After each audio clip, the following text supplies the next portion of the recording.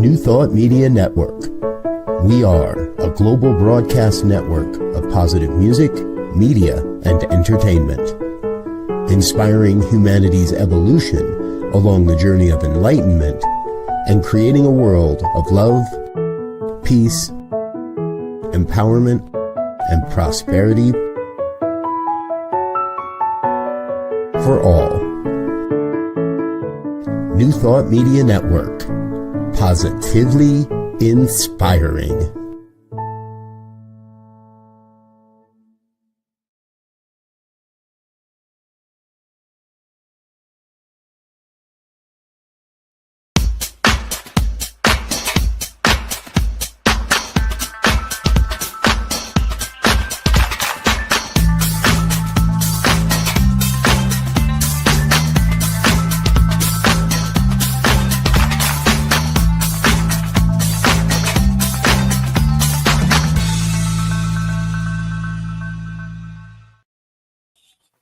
Why, hello, my beautiful friends. Thank you for joining me today, your doula for grief.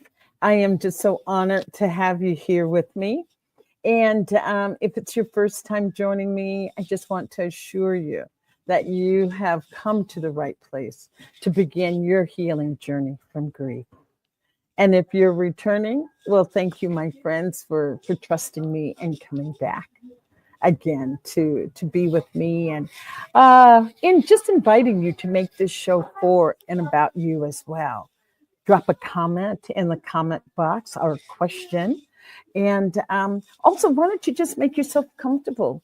Cup of tea, cup of coffee, glass of wine, whatever you need to just get comfy and settle into our time together. So again, thank you for joining me. And I should really say who I am.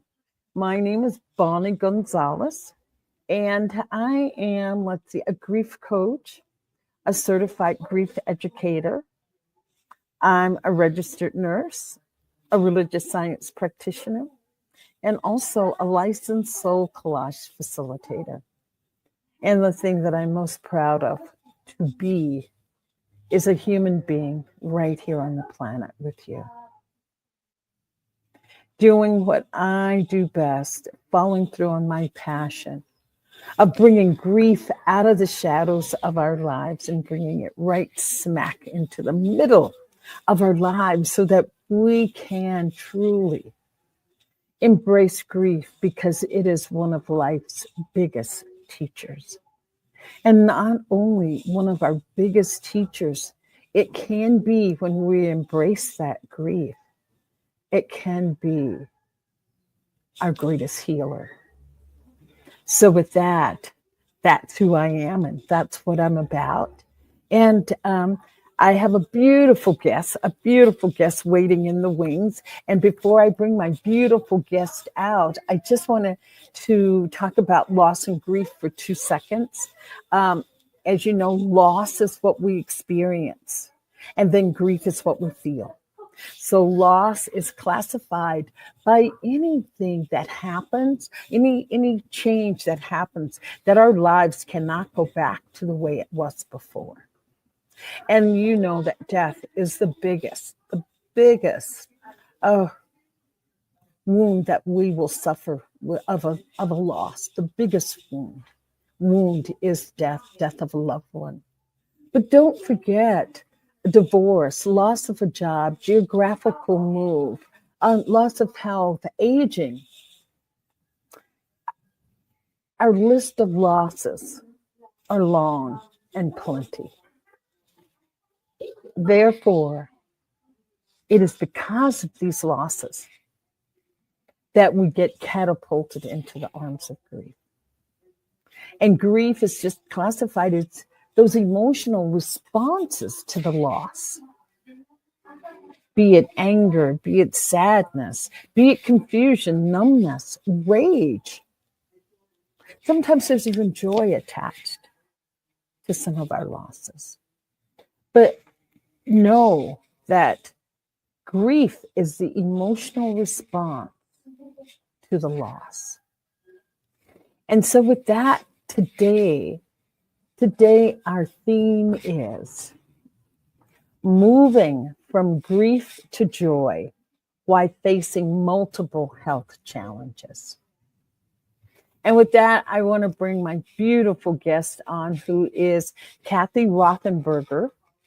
Shares how she gathered the courage to face her multiple serious health challenges. And with resilience, Kathy continues her healing journey. And a little bit about Kathy Rothenberger. She is the better half of Joe Rothenberger, the producer of my program. So I've known Joe for 3 years, and Kathy has always been right there, right beside Joe when she wasn't in the hospital or continuing to her healing journey. They're attached at the hip. How's that? But anyway, Kathy has been an editor. Kathy is an editor. She's an editor, and she worked for many years in corporate America. She was a mortgage banker managing payments for Fortune 500 companies. So with that, I want to just welcome Kathy to the show. Hi, Bonnie. Kathy, Glad to be here. I'm so glad to see you. And I must say, Kathy, I just want to say up front, thank you for your yes. Thank you. No problem. I'm And- enjoying it. Oh, well, and there's so many people that are out in the world that are suffering with health challenges.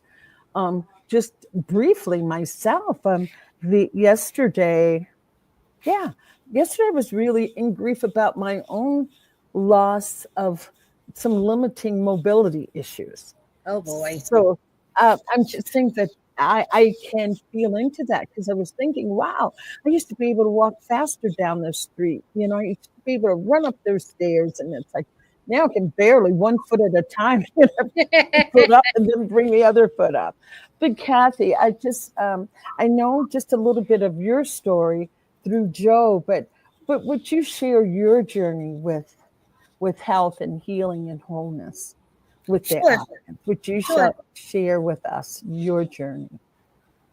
I can do that. My journey actually starts when I was born, because my mother had a very hard time keeping babies until they were full term. Actually, none of us went full term. There were 7 babies before me that were either stillborn or miscarried, and then several after me, between me and my brother. And it was basically he and I were the only 2 that survived. I was born, most everybody is born at 9 months. Well, I wasn't. I was born at 6 months and 1 pound, 8 ounces. Wow. Nobody thought I was going to make it. When I was born, the entire medical staff in the room, they grabbed whatever water they could find, and everybody baptized me, and they were praying their heads off that I would make it, because they knew my mom's story and how much her grief was every time she lost a child. Oh, yes. They were really praying and hoping for me to make it. And yes. I am a tough Polak. My dad my dad was 100% Polish. So Okay. I'm a tough Polak, and I was just born, I was like, I'm not giving up. So I managed to survive that. Well, you had all those prayers. Everyone in the room was praying for you, Kathy, to make it. That's right. I didn't have a choice. Yeah. I actually ended up being the smallest baby at that hospital to be born prematurely at 1 pound, 8 ounces. I held that record for, I want to say 27, 28 years, when a little boy broke my record, and he was born and survived at 1 pound, 4 ounces. Oh, leave it to those men to try to I know, right? outdo us. Yes. But well, I good was for glad that him. he Good made for it. I him. would have been really Yes, sad, if yes, he yes, hadn't. yes. It would have been cool to keep my Mhm. record, but records are made to be broken, right? Got it, Kathy. Yeah. So after that birth, and oh, let me just ask a question before you continue on, and or maybe can include this in our conversation. Do you think your mother treated you any differently? I mean, was she? Do you think there was anxiety, or did she love you up, or what was that relationship with your mom, being the first one after 7 miscarriages? I mean, It that was is, very, very tough for her. She and I mean, when I was younger, she was mommy and you do what you're told and stuff like that. But when I got older, she and I ended up being absolute best friends. We okay. did a lot of things together. We went to the mall. We just hung out. Mhm. One day I was probably, I want to say 12 or 14. My dad went to work in the morning and my mother said, "Okay, Kathy, get up. Let's get started." And I'm like, "Started on what?" Mhm. And she said, "We're going to redo the den." And I'm like, What do you "Okay." mean you do it? So we go downstairs, and at the time we had a small den, and there was a 1-car garage um, out the door from the den. It was part of the house, it was attached to it. So mommy handed me a hammer, and she said, "Okay, start hitting the wall." Wow. I'm like, "What?" She goes, "Before your father gets home, we are going to have a larger den." Oh my goodness. Okay. So we had a great time knocking the wall down. Mm. My uncle came in from about 80 miles away and ran the electricity for my mom. Then we put up the sheetrock. No, I'm sorry. We took down the sheetrock to make the room bigger, but we put up a new floor in the garage to bring it up to the level of the den. And by the time my dad got home, we had an entirely different den. We had Wow. a new rug down and everything, the Wow. furniture was all reorganized. But the cool part was from the outside, you couldn't tell because Right. the garage door was still there. Yes. And you only saw the difference when you walked into the room. Into the room. Right. Right. Not from the outside of the house. You couldn't Right, tell. right. So Uh-huh. my father had no clue what my mom and I had spent the day doing.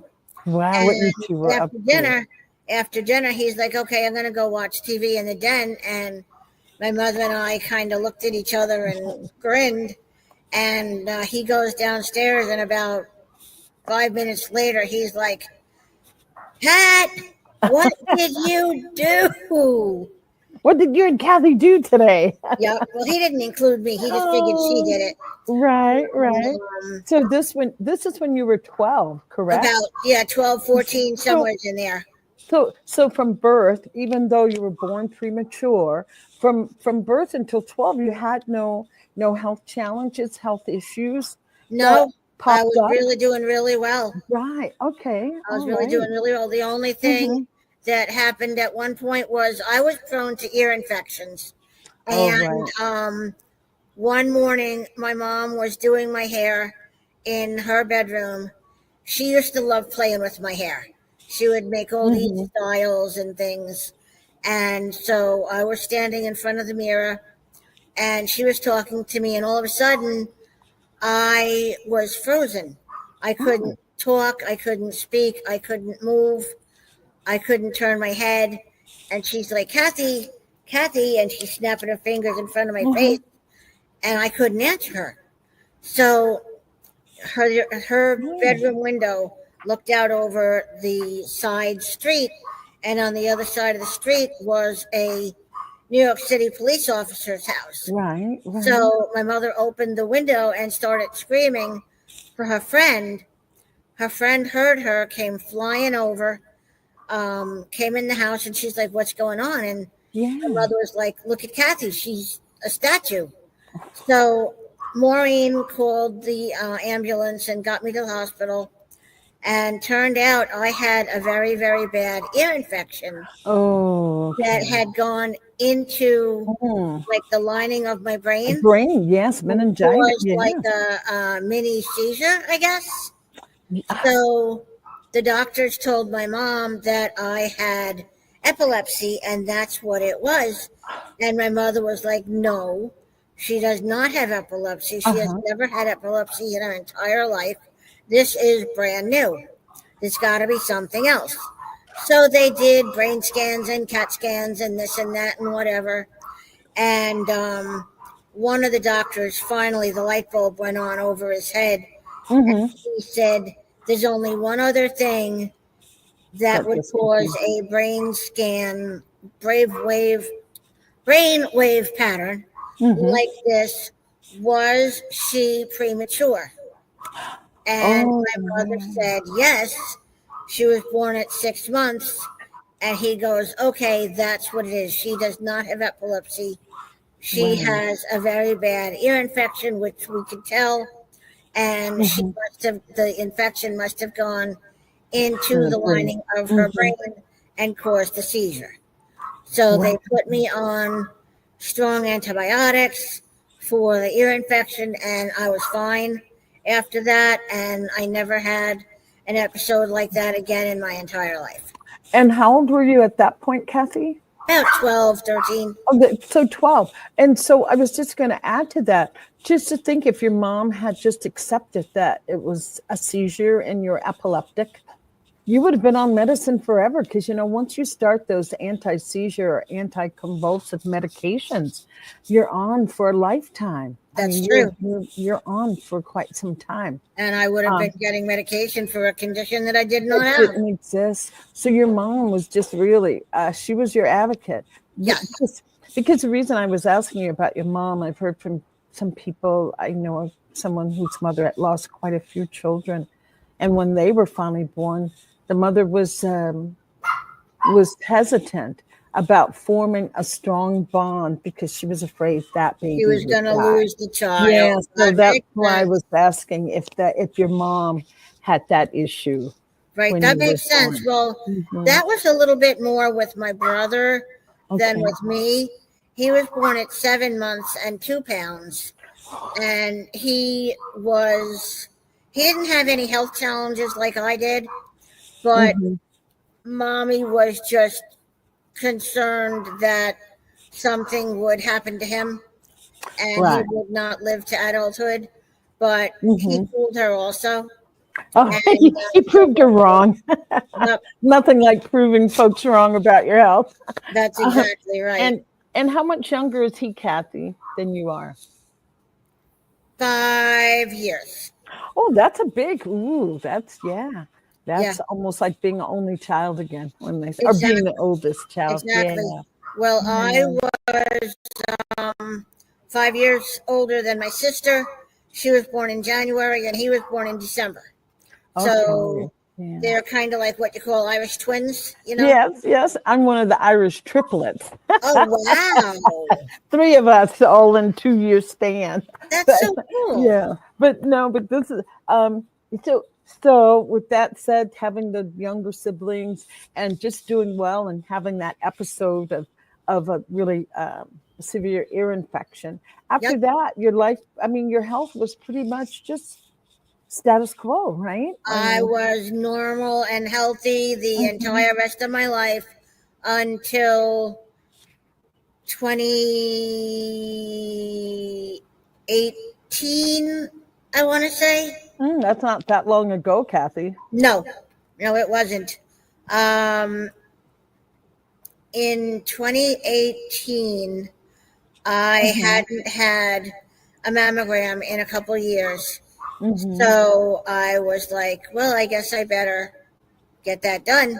And the tech kept going back to the same spot over and over again. And I'm like, what's going on? She goes, I can't get a really good picture right here. It's kind of cloudy. And I'm like, okay, but she's not allowed to say, of course. They can't give any diagnosis. Right. They But my mom had breast cancer off and on for 34 years. and she finally passed away when I was 38. She From had breast cancer? of metastasized breast cancer. Oh, Because back then they did not do like we do now. They did not have an option of taking the second one off, also to eliminate another possibility of it coming back. So when I got preventative.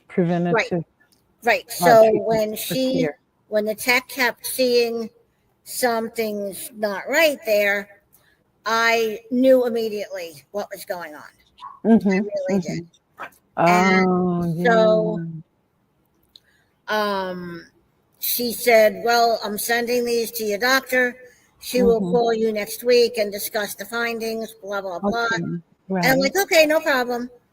So I left and I told Joe, something's not right. I probably have cancer. And he's like, oh, wonderful. Because we both knew what my mother had gone through. Yes. And I said, but I'm going to be fine.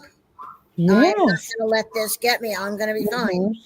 So Monday morning, the doctor's office called and she was like, well, can you come in right away?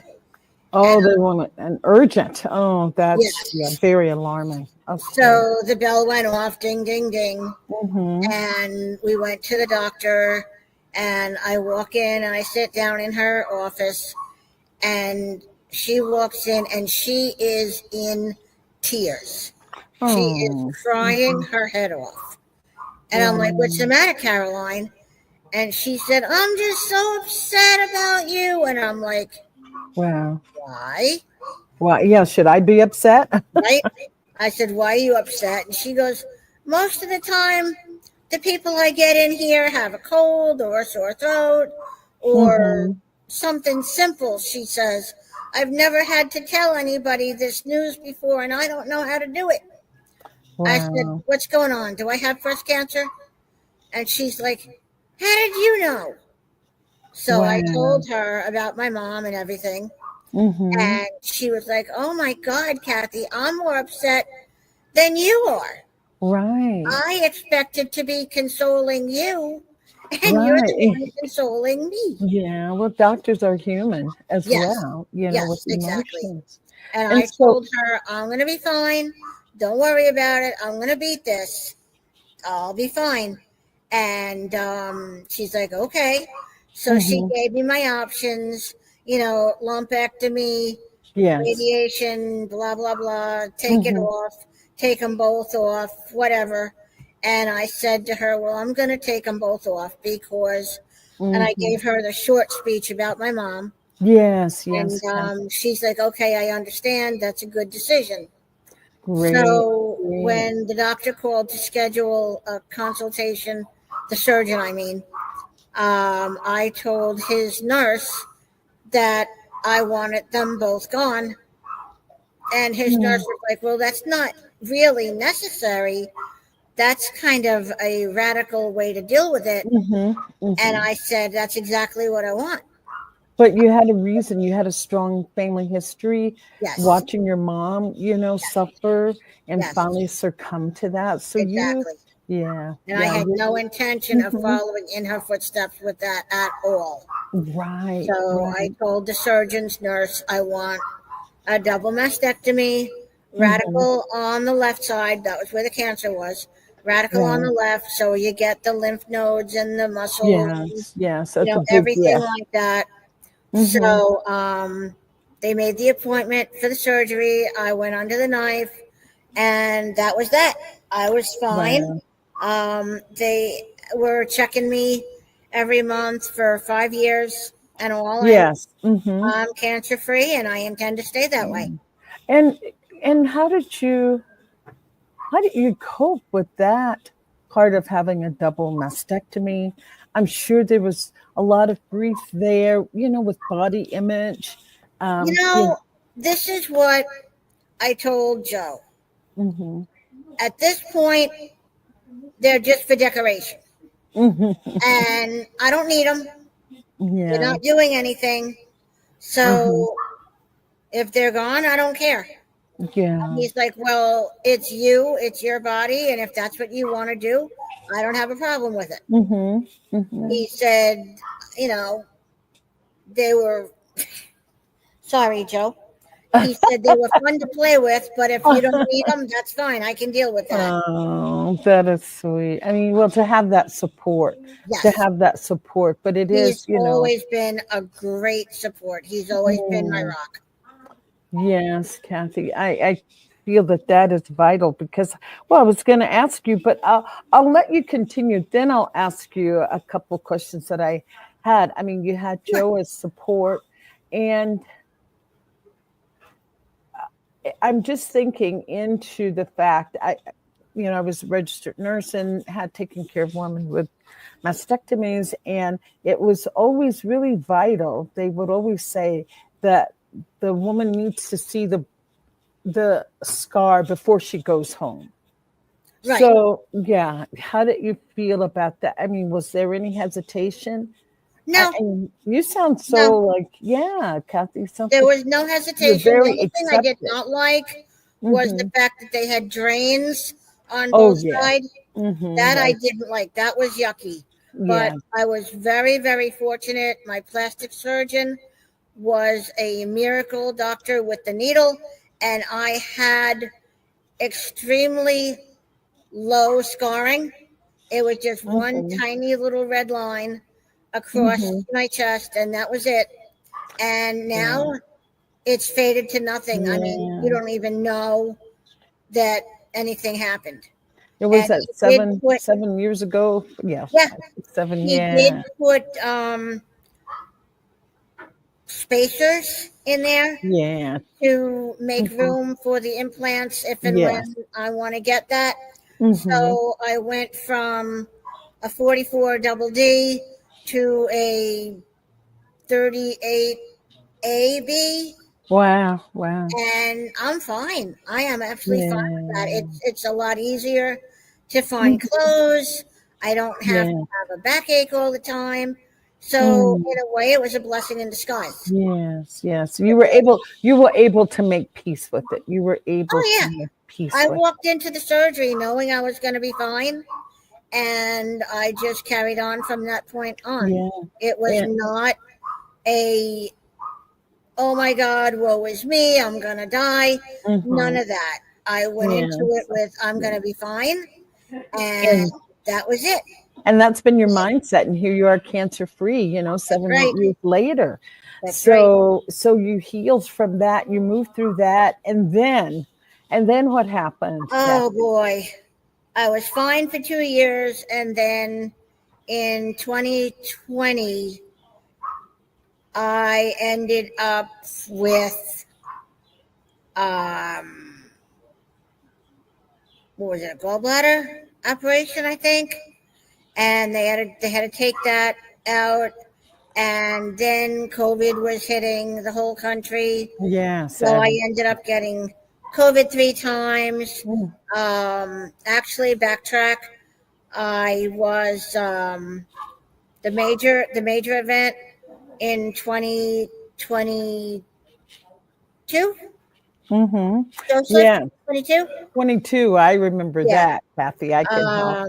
I ended up having a heart attack at 6:30 in the morning, and I had a 99% blocked artery behind my heart, and they almost lost me in the ambulance. And I went straight from the ambulance into surgery, and my doctor put a stent in, and I've been fine, knock on wood. And then, at least with my heart, but then I ended up getting COVID 3 times. I ended up with 2 bleeding ulcers, one in my esophagus and one in my duodenum. Then there was, I can't even think.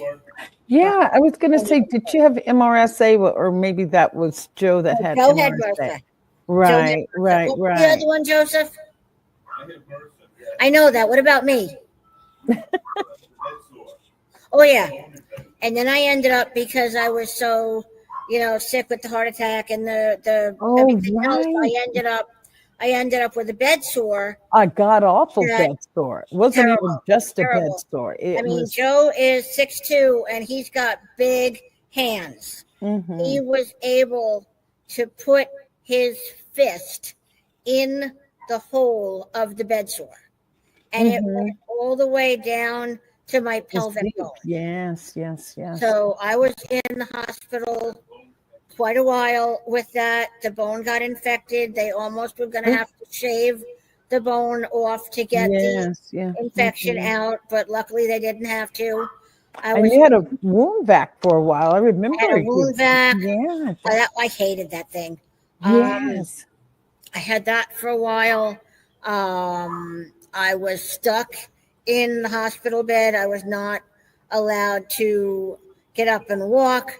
So for 29 days, I was on IV antibiotics to try and fight this thing. Mm. And I finally did. I was able to beat the infection. And Right. then it took almost 2 years for the bed sore to heal. Yes. And in that time frame, my legs were like, oh, cool, we got a vacation. We don't have to Mm. walk, we don't have to do anything. And that's my Right. main challenge right now Is is walking getting again. back on my feet. I Yeah. ended up having very bad osteoarthritis in my hips. So Yes. it's very painful to Mm-hmm. try and get up and walk and stuff like that. But I am getting physical therapy now twice a week. Mm. And actually, it's more than twice a week because, in addition to my physical therapy tech, I do have a friend who is a very good physical therapy person, and she helps me also. Right. So, between the two of them and my being a stubborn Polak, I am bound and determined to get back on my feet, You're gonna be to be walking. fine, and to be fine again. Yes. And I am just Because fighting. what has it been 2 years since you have not walked? No, it's been probably about a year-ish Mm-hmm. because I Mm-hmm. had several um, trips to a rehab center, Yes, I remember. and Yes, I yes, was I yes. was walking then. But then what happened was the last time I went to the rehab center to get back on my feet, I was walking. I was able to walk like 28 feet on a walker, which I was really happy about. But Right. then when I came home, they put me in Joe's wheelchair, Right. and I was not able to reach the wheels because it's a lot Uh-huh. further out, and Right, I was right. not able to push myself up from the chair to a Mm-hmm. stand Yes. because it was so far out, and I'm little, and they had me in a 24-inch wheelchair when I really only need a 15-inch one. Right, right. Well, Kathy, it just feels, or listening, it's just a horrific event, and I'm just sorry that you've had to endure all of this. My sympathies are with you, and I was going to say it takes a certain amount of just resilience Yeah, to keep moving forward. What yep. do you feel? What has been for you the most motivating thing, or for you? Where does your motivation come from? Maybe I'll ask you that. Ask it that way. My motivation is partly Joe's because he wants me to get on my feet so we can go out to eat, I have a good know. time. He loves Because restaurants. exactly, he loves restaurants. We have friends who we used to go out to eat with, a couple times a month, Yes. and they want me on my feet also, so we can go do that again. Mhm. And plus, I want to be able to walk my dogs. I have 3 little chihuahuas, Yeah. and they are a really big motivating force because Mm. I want to be able to get back on my feet and walk my dogs. Yeah, because I was just That going to used to be so ask you. much fun. I was just going to ask you, what is it that you would love to do right now? What is it that you miss doing? If someone said, right now, Kathy, we're going to wave that magic wand, what is that? Oh, that would be you'd great. love to do? I would be able to walk my dogs. And that's my goal right now. To be able to get up on my feet and walk my dogs. Right. Got 3 little Chihuahuas. 2 of them are 11. One of them is 6. And the 6-year-old is like a puppy because he's always go, go, go, jump, jump, jump, do this, do that. It's like he ate a bottle of Mexican jumping beans. He's got a lot of energy is what I'm hearing. Does he ever? Yes. Does he ever? And Kathy, I just wanted to ask too. So we know that your dogs are your biggest motivator or encouraging factor to heal. What has been the most kind or most encouraging thing that someone has said to you during this period? I wish I could answer that because most of my friends, when I got sick, they disappeared. That's exactly what They all disappeared.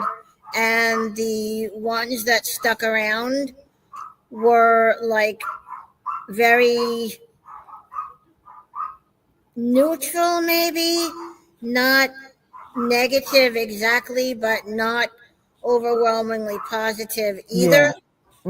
They're like, well, we hope you can walk. And I'm like, no, there's no we hope. I'm going to.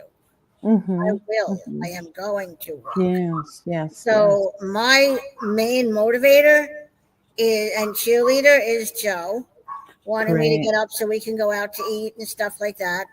And then my dogs. Because except for, what was that? Go to Disney Star Wars Land.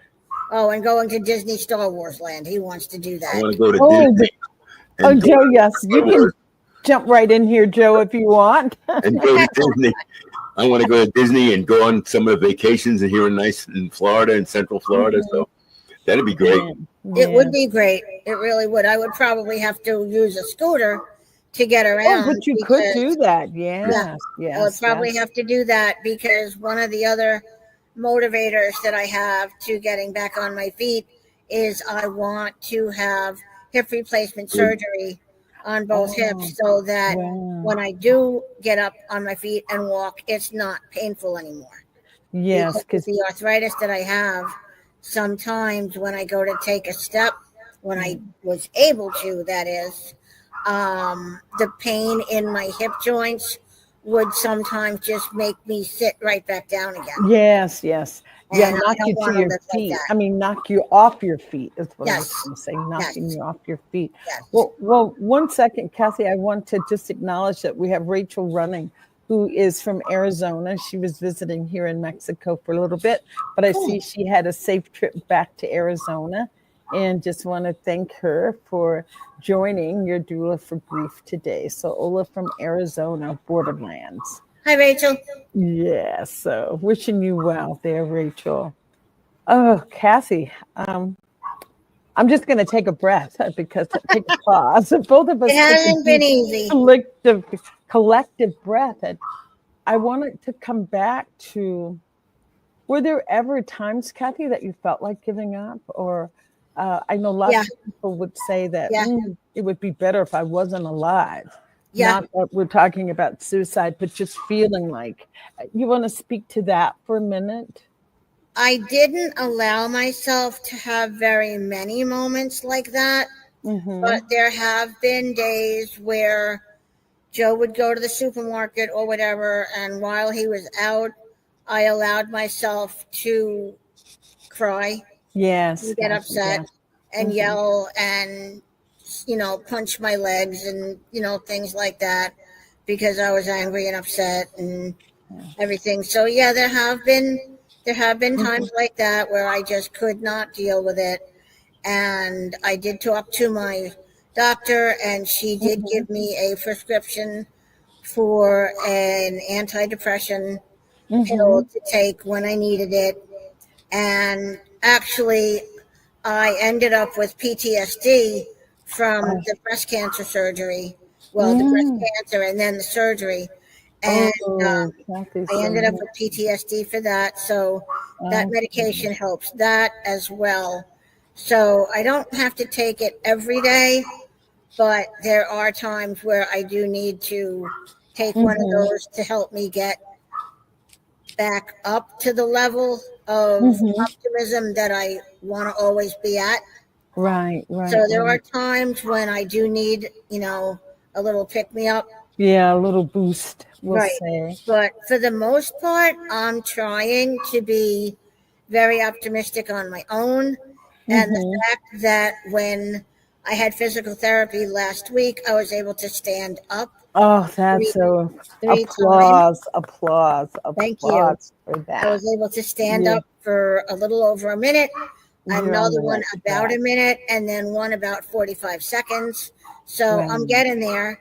And then today when I had physical therapy, I was able, with a lot of help, to go from the hospital bed that I'm stuck in to the wheelchair with the help of my physical therapist. Oh, so you were able to transfer from the bed to the chair today.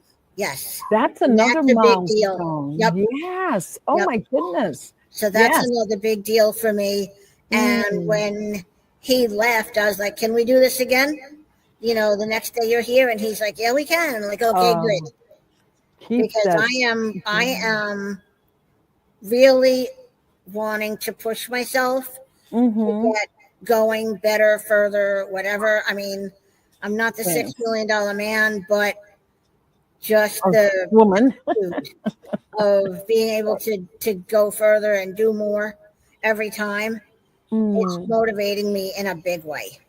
Oh, great, Kathy. And being a doula for grief or a grief coach, I say too that we do need to mourn those things. We do need to grieve. Even if we just set aside 5 minutes a day to grieve, your clock on 5 minutes, okay, and grieve. As you said, when you said to cry and to beat your legs or whatever it is that you need to do to feel that you're getting your grief moving through you. Yes. And the more you can lean into your grief, though, it makes it easier to pass through. It makes it does. It really does. And I make sure that 99% of the time when I have an episode like that, I make sure that Joe's not around, because I don't want him feeling bad, because he already feels terrible that I can't get up and do stuff. And it's, it's upsetting for him. And I don't want him to be upset on my behalf, I hear you. And what you're saying, Kathy, is truly a common statement that I hear from those that are grieving. I don't want my loved ones to be concerned about my emotional state. I don't want to upset them. So exactly. that is a truth. And good dialogue. Now Joe's hearing that and having dialogue around that, right, Joe? Yes. Yeah. Oh, righty. We can't wait to go to a couple really good restaurants here, Kathy. We got to try. Oh, you see. So, hey, we're having couples counseling now. You're right. If you guys live here, we could all go out to dinner. Yeah. Oh my gosh. When I come to Florida, we'll all join. Maybe we'll go to Mexico on a trip.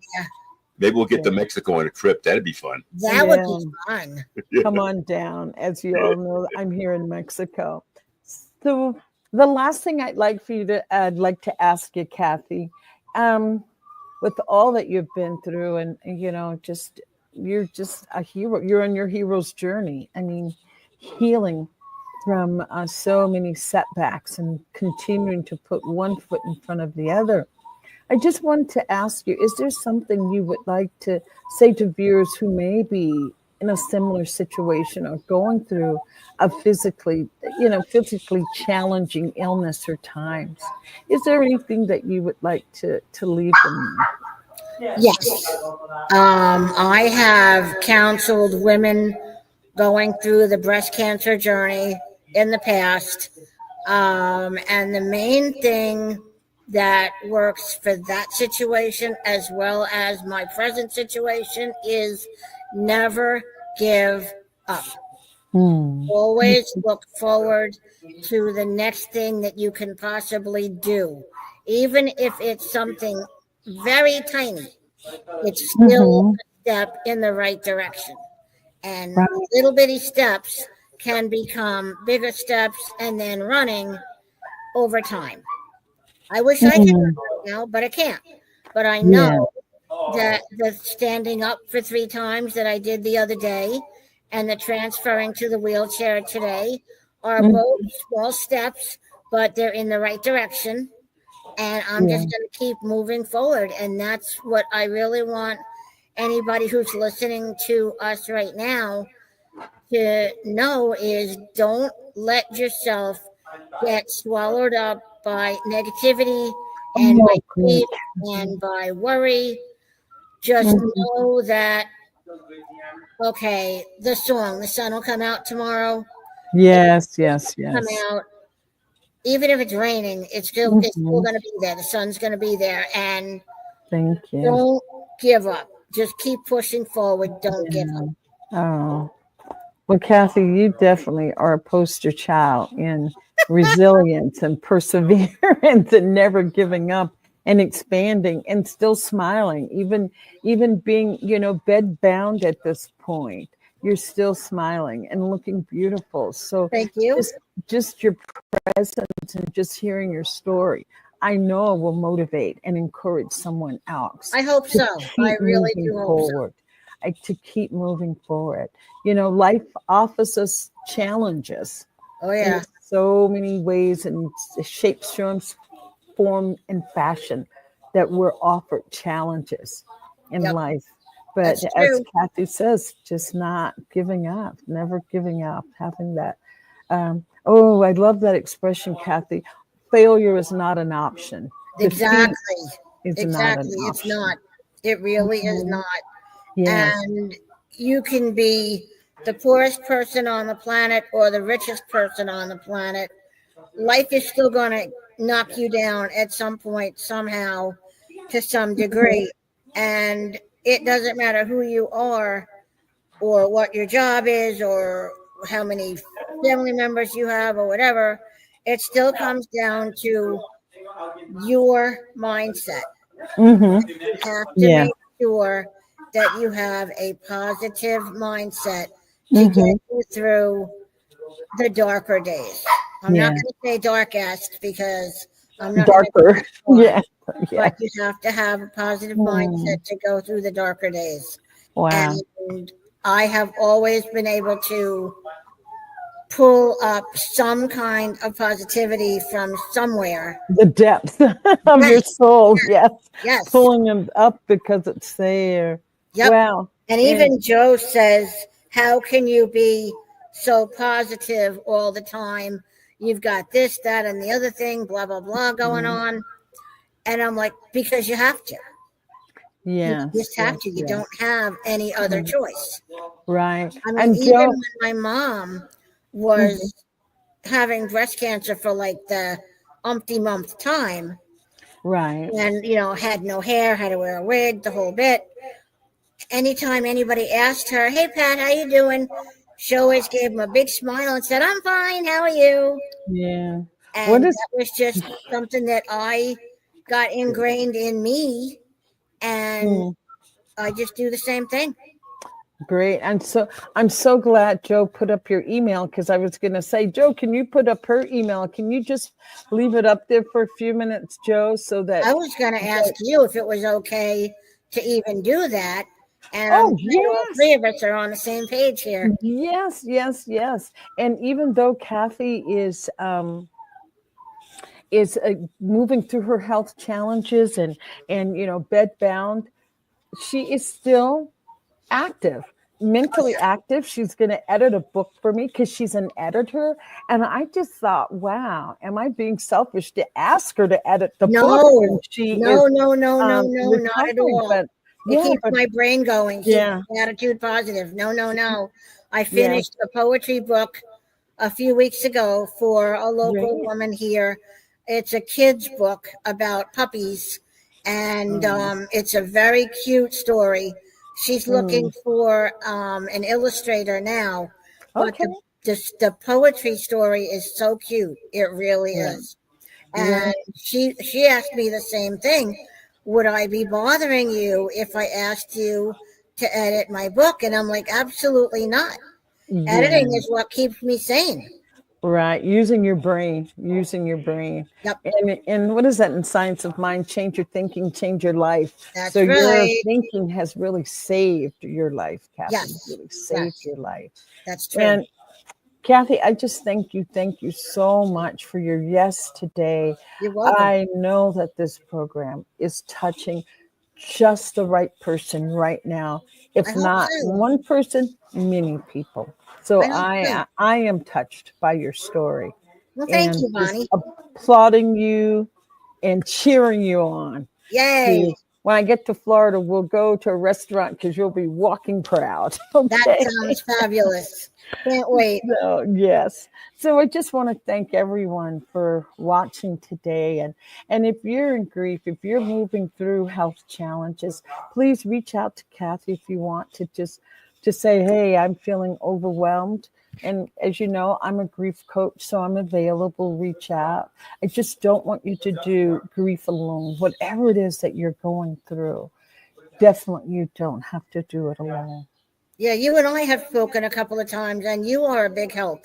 You really are. Thank you. You're a Kathy. big help. So we got to support each other in this. That's right. Supporting each other. So with that, I just want you, each person right now, or right after we end, I want you to go to the mirror. I want you to look yourself in the eye. I want you to hold your own gaze. And I want you to ask yourself, what do I need right now? What do That's I a need? good idea. Right now? Yes. And give it to yourself. That's a great idea. Mm-hmm. So ask Can you ask yourself for $1 million? that each morning. You can ask. The universe is always taking our order. I know, but so far that hasn't been fulfilled yet. Yet, Y-E-T, Yep. punctuate yet. Okay, That's right. And when you get yours, you send me mine. Okay. Of course. Oh, thank you so much. And Kathy, if you can hang around after we end, that'll be great. So Sure. thank you so much for No tuning in, problem. for watching. And Kathy, thank you, and sending you and Joe big love. Thank No you. problem. Thanks, Bonnie. It was Until fun next being here. time. Gracias. Ciao. Yep.